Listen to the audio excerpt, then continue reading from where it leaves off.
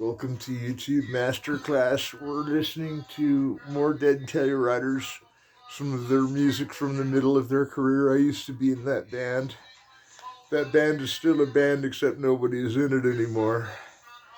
This is actually more important, though, these moves I'm holding here, than that topic, because while the soundtrack is good and may match some of these silent films, we're here to talk about silent comedy instead, which we have actually. The first one I wanted to show you all is a movie called Safety Last, which really sums up what all the silent comedians were about. It's being their own stuntmen, and they were all their own director. Harold Lloyd, Charlie Chaplin, and Buster Keaton were all auteurs. They all directed independently. They all worked at the studios, and they all made movies that were written, directed, acted, usually filmed, and edited by them. And the three comic geniuses we're here to talk about. Laurel and Hardy were just as good. Abbott and Costello, just as good. Three Stooges, just as good. These guys are fucking nuts after. They do these stunts, and that's what I was bringing up at first. These do these stunts that are so hard that they make Mission Impossible 2 look easy.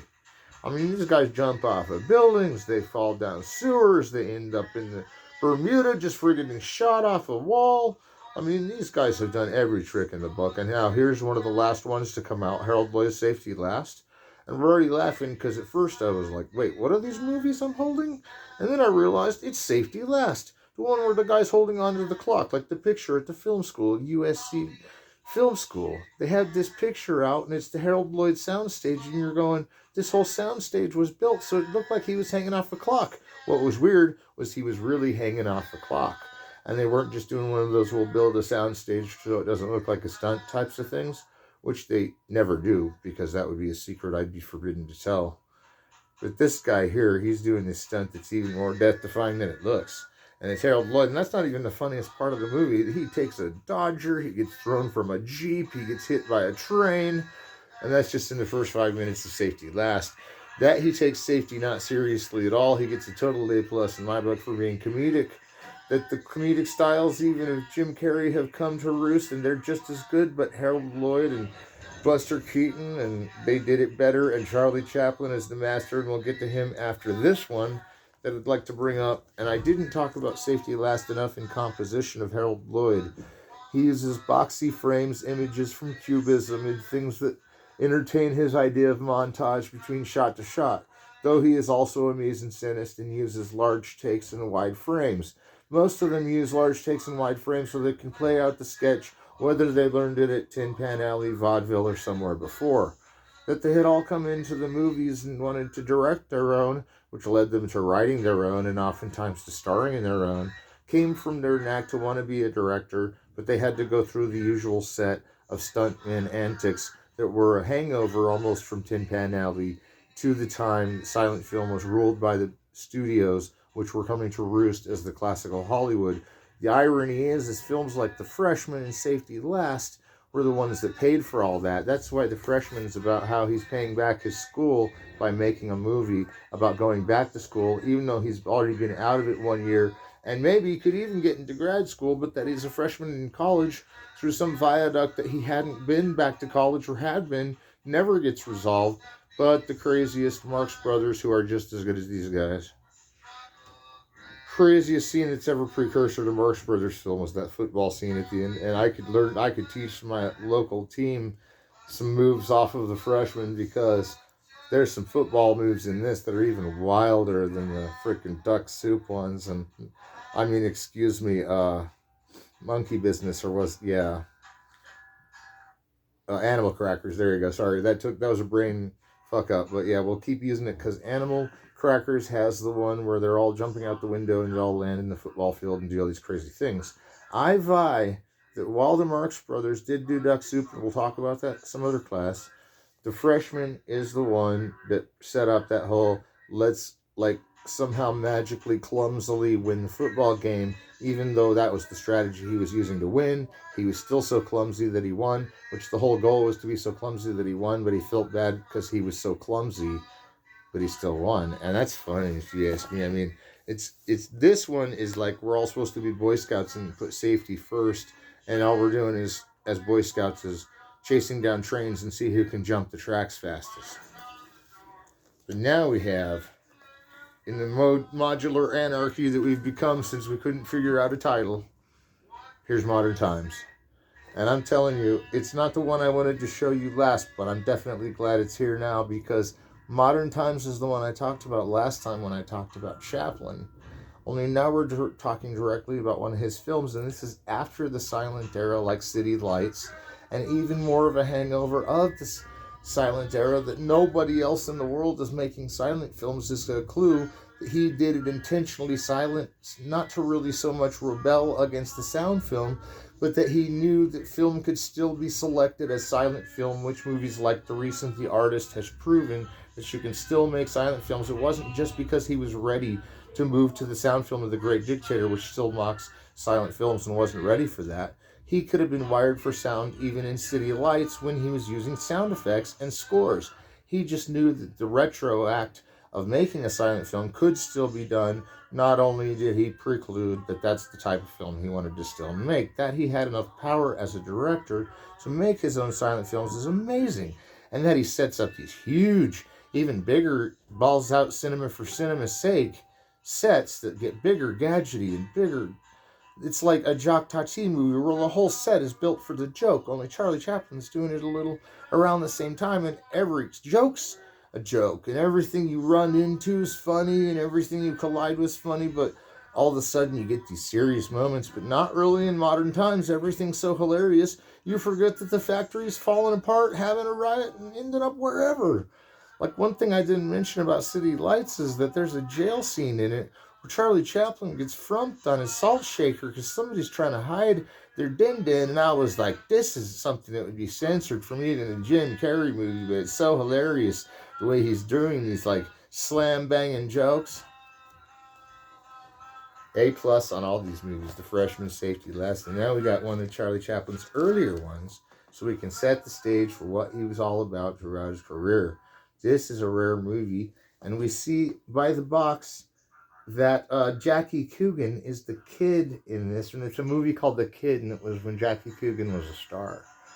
This here is Charlie Chaplin, and he's in a movie where he has to take care of a kid, and if this isn't the early version of The Bicycle Thieves, which we'll get to later, I have to tell you, the kid is amazing because he takes him down alleyways. It's the tramp is Charlie Chaplin's character. He's like this homeless bum. But we all knew Charlie Chaplin was wealthy. But he played a homeless bum so good that even the House of Un-American Activities thought he really was a bum asking for money, and they thought that would have to be a communist, so they sent him back to Europe. And he didn't care. He made crazy movies anyway that effed with the studio long after. But the kid, we'll talk about that later, but the kid is a really important one right now because you can see his rebellious style all the way until he's going along and making these sentimental journeys, teaching a kid how to live. There was another one of these with Adam Sandler. It was like, it was a real good one. And anyway, the kid, not to be shown up by anything that's come after it that made it, but it was about the time Charlie Chaplin made it big because Tilly's Punctured Romance was the first one that came out with him, and though he was a side character, we all remember that as Charlie Chaplin's first movie. The Kid came sometime shortly after when they were making longer movies, and though this isn't the longest movie of all time, it's pretty long for that period. And that it says on the, it's an hour and 5 minutes, means it's kind of long, but this could be a little off from the timing of the version I've seen before this, which I've seen this version too. But that there's other versions of these have to do with the archive finding more footage and putting it down into these collectible situations. And I've got some collectible stuff on my YouTube site alone that looks better from YouTube Masterclass, and it's stuff I found on the regular YouTube that's been upgraded, like movies and silent films you can find on the Aaron Sheley YouTube page. But this movie blows any mind away. I mean, this guy takes this kid down this hallway, he takes corridor shots around these fallen buildings, he takes corridor shots around the Cannery Row. I mean, the guys are going after the Great Depression, and they're having fun and kicking ass, and it's a good time, and they have a good time, and there's no mention of any kind of harm that Charlie Chaplin would let befall the kid. That he chases him in a sad part of the movie at the end of the film where he's driving on the road. He's in the back of a giant truck and they're driving down the road. It's fucking fantastic, dude. Charlie Chaplin goes running after him like he doesn't want to lose his kid. And he reaches out for him and he's like, please, please save me.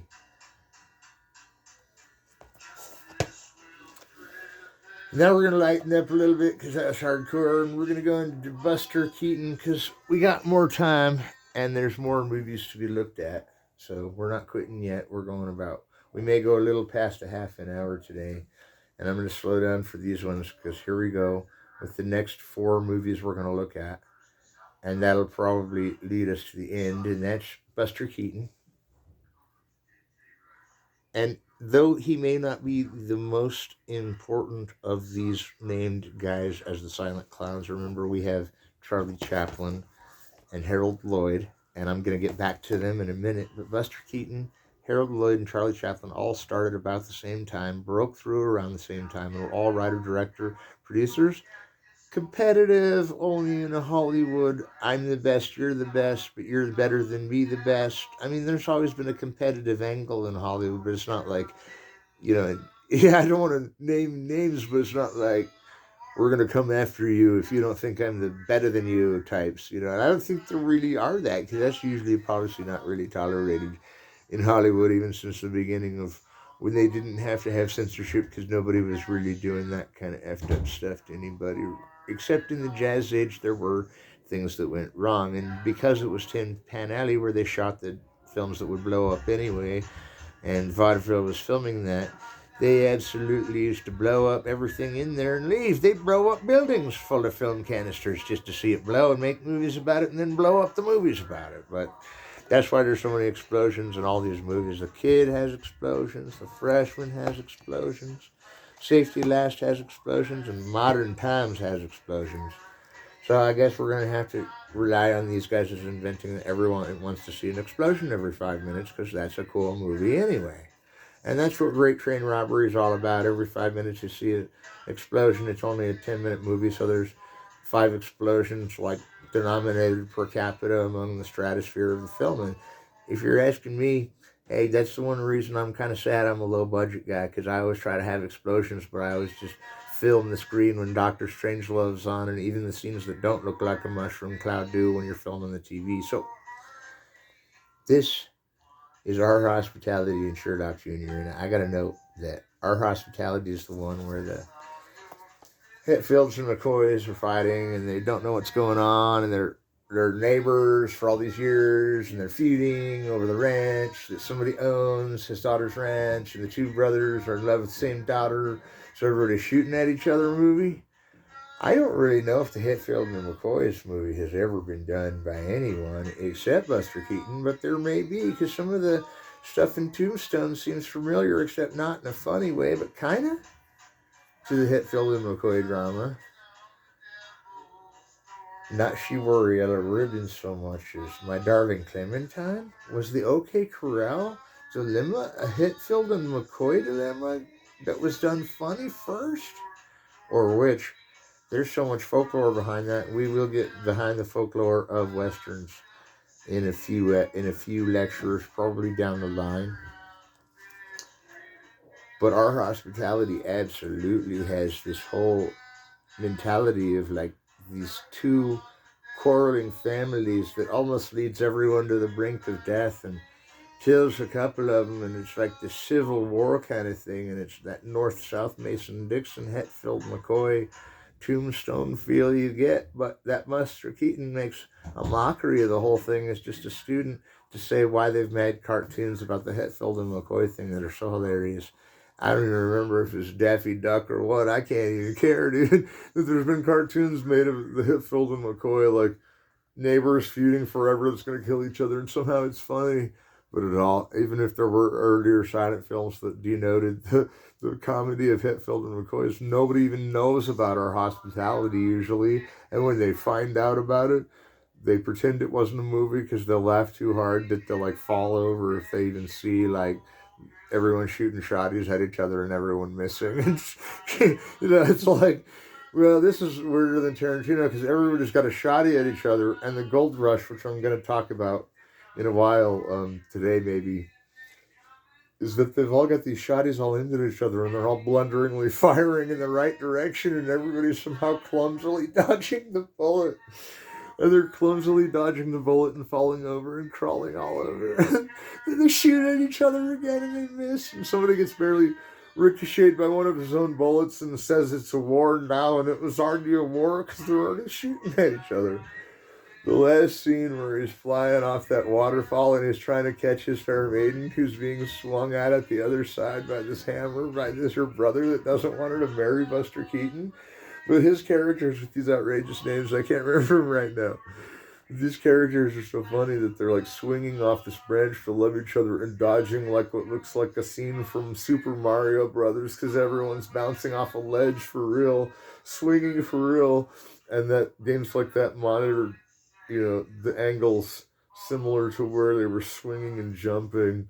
That I think it's fair to say that our hospitality is something that needs to be discovered soon and taught in film schools and like it's seen in David Borwell's cut by cut in film art, and he's showing what's so funny about the death-defying waterfall scene, which probably would get most stuntmen killed. And if you want to hear Charlie Chaplin, Harold Lloyd, that's weird because it was kind of a coincidence they were all working at the same time, but they were the only guys that could do the stunts that were hardest in Hollywood ever that nobody else could do without dying. And I'm sorry that there's a reckless endangerment seemingly in that, but they had already proven on a vaudeville its one and only strength that they could take any harmful stunt and not make it reckless endangerment for them because they pulled it off with flying colors. Now, Sherlock Jr. is an interesting film because it's another one of those, I'm making a movie, so let's make a movie about a movie about a movie. And in this one, he gets caught twisted in his own film, in maybe his own dream, while he's projecting a movie that may have some of his own footage in it, and maybe the film we're watching with him in it recorded already. And that's why we're watching a self-reflexive version of how to make a film and then change it to so it looks like you're in the film, and how to make a film you're in, the film in, commenting on how to make a film about a film. And here he is in this freaking studio putting this projector stuff on, and it looks like he just got off the set of The Cameraman, but it was years before Sherlock Jr., but maybe only 2 or 3. And then The Cameraman comes in, and he's got this keen sense of the last time they saw him, a monkey filmed all the camera work for him, and it was in another film. So now we're linked to The Cameraman, and this monkey must have filmed it all. Well, there's may not be a monkey in Sherlock Jr., but that it's even called Sherlock, and that he's investigating what's going on with his projector to see if it's working, is the kind of side saying, I'm a film student that's working on my projector just so I can see a movie. And that it turns out to be his movie, he doesn't know because he's actually fallen asleep during a projection he wants to see because the image is so good on film that he has to see it himself. And that's right, when he's worked so hard to make a movie, to see a movie, to make a movie, he falls asleep and his ghost goes in the movie. And when his ghost goes in the movie, it completely dominates the whole theme that he's trapped in a box in the movie, and now it's editing behind him, and he can't even follow which cut's coming next, even though he's the projectionist and could have looked ahead, but he's asleep, and now he's got to wake himself up in the projection room so that he gets out of the movie before another cliffhanger happens, and he falls off the edge of a sharp cliff, which sharp cliffs are coming at him as fast as early other silent films. An eagle's nest, I swear, there's an eagle that flies by, and I swear he gets picked up like in that haunting movie with D.W. Griffith, his eagle's nest, and then there's that Hitchcock one, Mountain Eagle, that didn't survive, and I don't want to see it because if it's anything like The Birds, I'm terrified. But our hospitality and Sherlock Jr. are movies about making movies in the tradition of Buster Keaton, that he is an auteur and makes all the movies his own way, that all of them had a social conscious, Charlie Chaplin and Harold Lloyd, that all of them spoke out for the poor, that all of them spoke out for God and the country and cinema. But their God turned out to be Hollywood and making movies, and I'm okay with that too, because like really when they became movie stars, who cares if they got entrenched in the epic? They didn't stop playing their humble characters, although they were gods among men as stuntmen. And I'm getting the time to move on to the last two, and we're doing okay on time. I think I might take this class a little close to the 30-minute mark if you're ready to hang in with me on a couple more movies. And we'll get as close as we can to the 30-minute mark. But this is featuring new music by the Alloy Orchestra. Yeah, I've seen the Alloy Orchestra, and tell you right, they're this band that plays over all these silent films. And I'm going to tell you that all silent films actually have a score in some way and aren't silent, but that you hear the orchestra pit, or that you hear someone doing the rat-a-tat-tat on a drum for a sound effect, or that you hear a guitar playing, or a mandolin, or something mandolin playing, and they're sitting there charming it and being off the set with lights going in the direction of the orchestra was assimilated around the silent era. And that you could do light shows with the orchestra, and the orchestra would be playing in ways that would raise the cinema to this grand standard of art. That there weren't many voices in the theater, but that there were sometimes storytellers that would talk about the movie I did not know until I went to USC film school, but that the Alloy Orchestra is one of those we'll cover any silent film band things, like something we talked about with Tangerine Dream a while back with Inferno, that they had put the music on a silent film and that they had actually used their music for that silent film is so wild that there's an orchestra that's just for silent films. And, you know, these discs, The Freshman and Our Hospitality and Sherlock Jr. and The Kid and Modern Times and Safety Last, they're not easy to get. They're not cheap. So if you can see them on Netflix online or in an online source like YouTube, you might have to sit through the, but these are the best options pretty much. This one's Kino Video. This one is Image Entertainment, which is good. And the rest of them are pretty much Criterion. The Kid, I'm not real sure I'll give away where I got that one from, but I'll give you a hint. You can find these on Amazon. And Steamboat Bill Jr. and the General are next to me. There's so much to talk about with the General first. It's one of those, I'm playing with a big train and I'm in a crash it modes that all directors, even Chaplin and Lloyd, had to have their own let's play with a train, because it's like making a movie attitudes toward their auteur style, because every cut matches every cut that comes after it, and that's amazing. But if the train that goes by is going one way or the other, there's a reason they switch it around, or not for just comedic effect, or not because they're badasses and they've got a real train in spite of their train set. Now, this is really bad because the General does have one problem, and that is that it still sides with the South. And everybody, including I, know that even Birth of a Nation got housed as a film in first place because it sided with the South.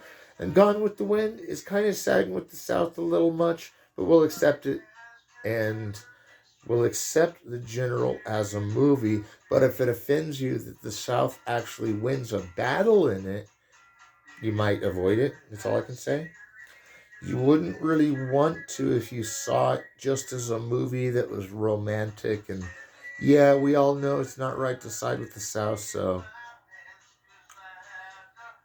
But Buster Keaton does a good one in this, because you've got that whole let's wreck a train theory. And so this may actually be a subverted version of why he didn't like the South as much, or the North, or the Civil War, and wanted to make a Civil War movie like Griffith, in the sense that the whole thing was such a catastrophe that nobody got blamed and everybody got blamed, and the whole thing was a disaster.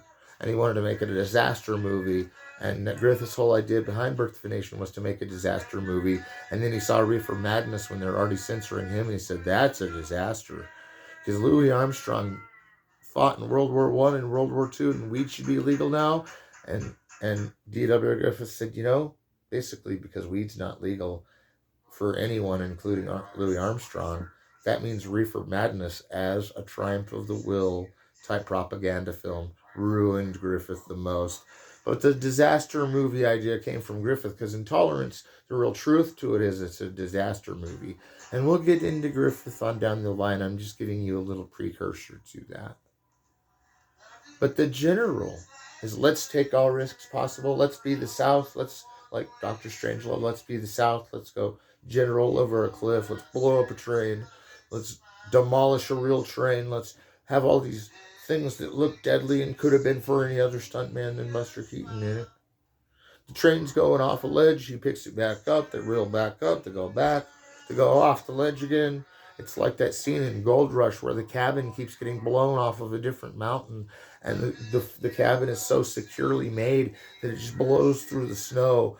And that's actually what a lot of these directors used, was film impressions of metaphorical thinking of special effects in ways that they don't use special effects as much for expression of some genius comedian style of slapstick that combines the narrative with the form and content and creates this grand display of comedy.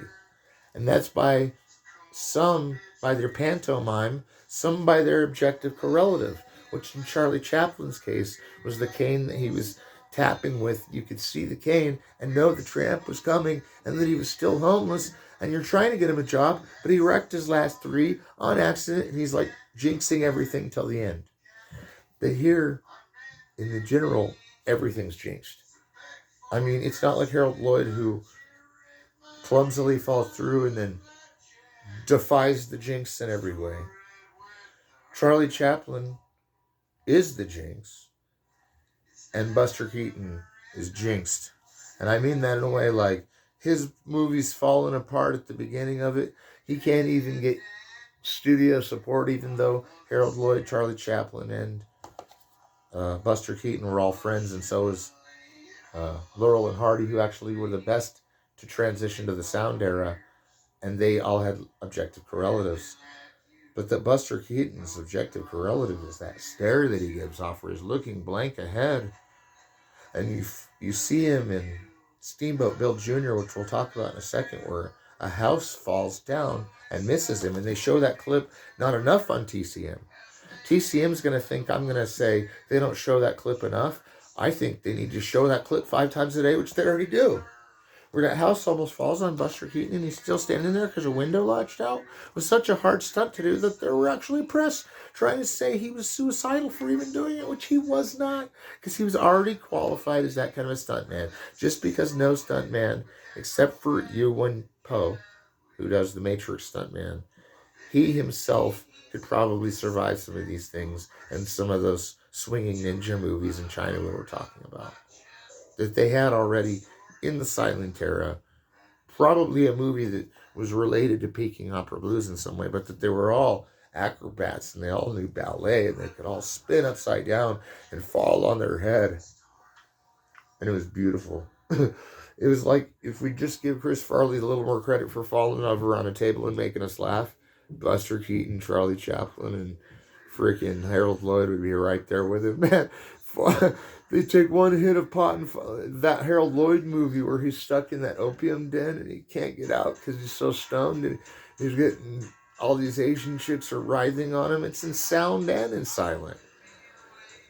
But we come at last to the general's meaning, and that is, if you're fighting for the South, go down swinging because you're going to lose. But when you go down swinging, make sure everything you have still remains after a big train crash. Now, how the train comes in completely fine after another train crashes, and basically they have 2 train crashes.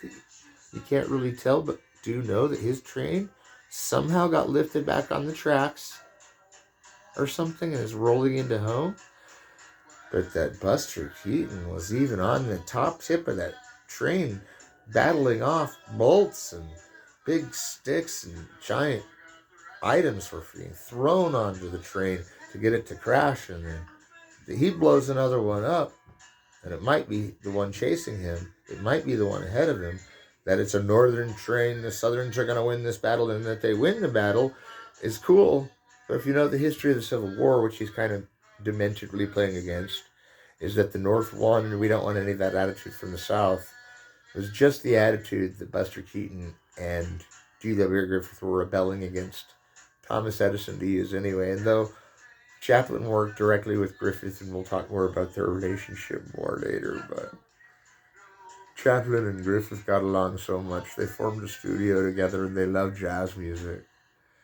And Chaplin used to score his own movies, and Buster Keaton did a lot of his own scores, and Harold Lloyd did a lot of their own music. So that they were music geniuses too totally adds to the legend. But that frickin' Charlie Chaplin played these Oscar-winning scores. It's pretty good. And there's a score on this that's by the Alloy Orchestra, which they blow anything out of the water because they're made to just play on the Silent Era score soundtracks. So Steamboat Bill Jr., I mean, I'm going to end with this movie and we'll take a break till next class, but Steamboat Bill Jr., we're thinking this guy who's reminiscent of Sherlock Jr., and he's one of the junior characters that Buster Keaton is in his junior series, that he always gets the chick, yes, in a comedic way, like Tex Avery would tell. Before Tex Avery, yes.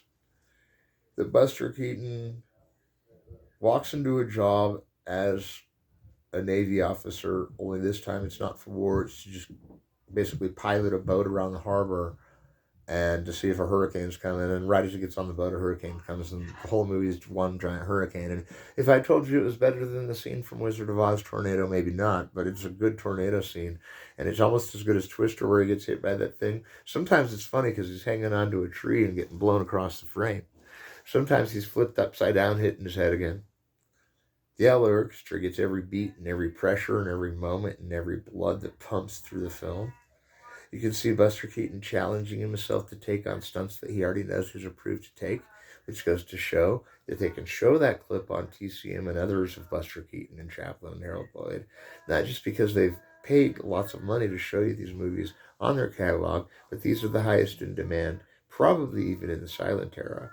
Although there are some movies in demand, like Lady Windermere's Fan, that's from criticism, and you know everybody wants to see this movie, Lady Windermere's Fan.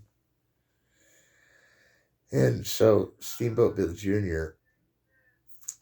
is so funny because it's the one where his house falls on him, but everything falls apart. The town gets hit by a hurricane. He's not able to warn him in time. He saves his dad from death. They're out at sea, lost for half a minute. They're back getting blown around the harbor. Everything flies through the air. Everything's blowing up. Again, there's explosions in every few minutes of the General and Steamboat Bill Jr. There's a shotgun going off in our hospitality. And, Charlie Chaplin blows up half a mountain in Gold Rush and gets blown up with it. I mean, everybody gets blown up by themselves in these. Vaudeville gag or not, most of the jokes are still funny.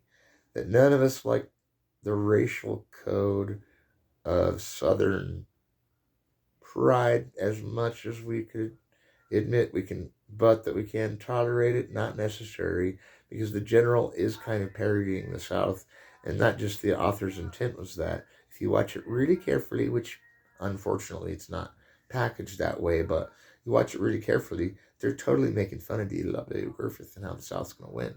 Because just because this one train got across doesn't mean the North isn't coming back, regardless of whether they're retaliating. Well, in Steamboat Bill Jr., the hurricane's coming so fast that everybody's got to be evacuated from town, and he can barely even stand still in these movements he's making that look like his body's stiff as a joint. It looks like his body's about to be blown over on one side, and this is an effect that goes back to Tilly's Punctured Romance with Charlie Chaplin, because in that film, he was getting wind blown on him half the time by a big wind maker, which they had the wind maker machine probably from that set in this movie, which was made 7 years later. But that they all had one big studio together isn't true. That they swapped props kind of is. That Charlie Chaplin has the fancy hat is only his, and that Harold Lloyd doesn't really so much but cover all the differences you could be from the rest. Still is wild that they were composer, director, actor, star, and wrote their own movies that were auteur films. And we could go on and on about the iconography of the freshman and being all the football literature you can even see in this picture. That he's going to win the football game, but he thinks he's going to lose. But somehow he saw the playbook, he's got it memorized, and he fakes his way through it. But that he's good at football too comes out, even though he's never played it. And then Steamboat Bill Jr. has all its iconography of ships and shipyards and industry and building. It's like modern times. Modern times is industry, Fountainhead, and let's build a big building, and let's take all this money, even in Hollywood, that we're getting, and build a big movie, and we'll build a big building in honor of it. and we'll call it the studios, and the studios will take over, and it's industry, and it's the industrialization. And we don't care if we're doing silent or sound films. We'll do silent films when they tell us to do sound anyway, and make it like this whole legacy of cinema is lost without this era. And Steamboat Bill Jr. is like lost without this era. We're not just this era. We're coming in on a hurricane cleaning in case it has to happen in real life, and making it funny for a joke that spills a million beers when you see that that hammerhead shark thing come down on him like a house collision. I mean, it's too much. It's too much. I mean, these movies go over the edge, that they push the envelope as far as possible with how far you can go to tell a joke. Isn't even relatable to anything else I've ever seen. Can't talk about this one because it'll make me kind of teary-eyed, and we'll just pass up this one for now.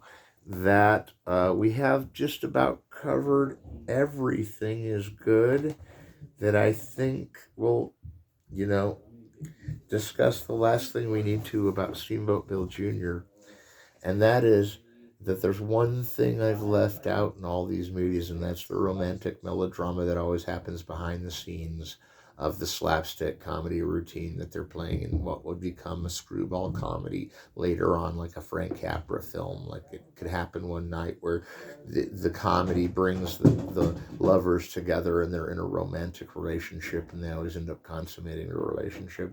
These movies started that too. I mean, if you take City Lights, and you take Gold Rush, and you take all of Charlie Chaplin's movies, even The Great Dictator, there's always a pretty girl he's impressing by being comic. And in real life, that chick was really impressed that he was a comic. These guys were superstars among gods of legends of celebrity beyond belief. And they had some fun. Things happened, but it wasn't like anything that we couldn't forgive them for. So, on top of that, the romantic melodrama fell all apart when the comedy entered it and came back together at the end is why they got together.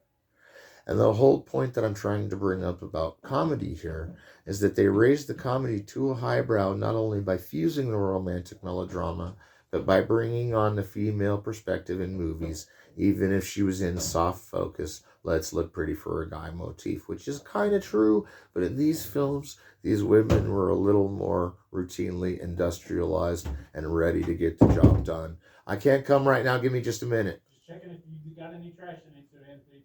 Hang on. I'll be out in about 20 minutes. Okay. So sorry we got interrupted. He was looking for trash. He was probably doing his job. It's fine.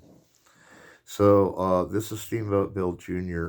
And the general in all these movies is what I'm saying is there's always a girl in these pictures, these Buster Keaton ones, and there's always a girl, and that it was different girls is cool, and that they had many romantic affairs that they didn't talk about back then is cool, but that these girls would even be in their movies when they were driven by the comic stars, really amazing. And then suddenly we see that the women in these movies were as empowered as the men almost, because they had these big movie star parts and were becoming big Oscar winners, and the movie stars of their time.